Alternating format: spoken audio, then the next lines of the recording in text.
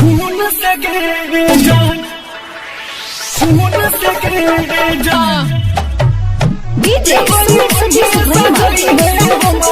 खून से गिरे जान, SK Music Recording Studio, Saharsa. खून से गिरे जान, तोहर कहा हमारा दिलवा ससुराना है जाय छी सुकून से गे जान, ससुराना है जाय छी सुकून से गे जान, हे गे तोहर कहा हमारा दिलवा ससुराना है जाय छी सुकून से गे जान, ससुराना है जाय छी सुकून से गे जान, गे जान ले होई मंगिया सजई है हमारा खून से गे जान, गे जान ले होई मंगिया सजई है हमारा खून से गे जान, तोहर कहा हमारा दिलवा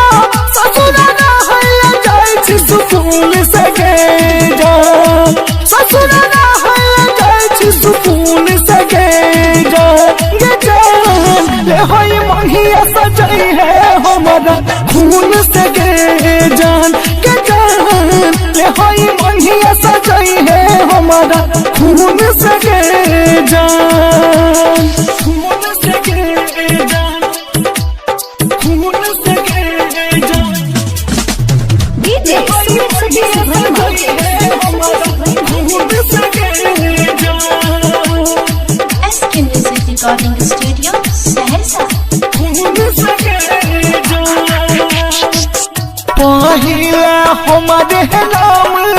लिख रही हाथ पा तब किया दई दे गम के बोझा माथ पा, पहिले हमारे नाम लिख रही हाथ पा तब किया दई दे गम के बोझा माथ पा, देख लिया हो कददानी तुहर पिछले महीना जून से गे जान, जहानी के पिछले महीना जून से गे जान, गे जान ये होई महिया सजई है हमारा खून से गे जान, गे जान ये होई महिया सजई है हमारा खून से गे जान, खून से गे जान,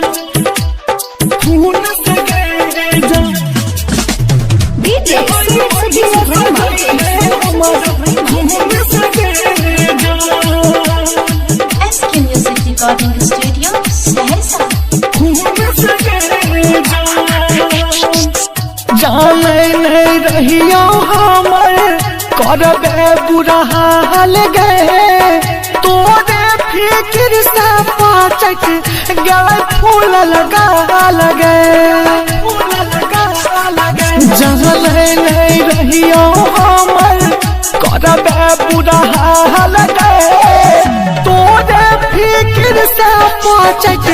गल फूल लगा लगे, हमारा आयुष करते याद सब दिल प्यार वाला धुन से गे जान, राहुल सोहल में डरते याद सब दिल प्यार वाला धुन से गे जान, ये जान ले होई मंगिया सजई है हमारा खून से गे जान, गे जान ले होई मंगिया सजई है हमारा खून से गे जान।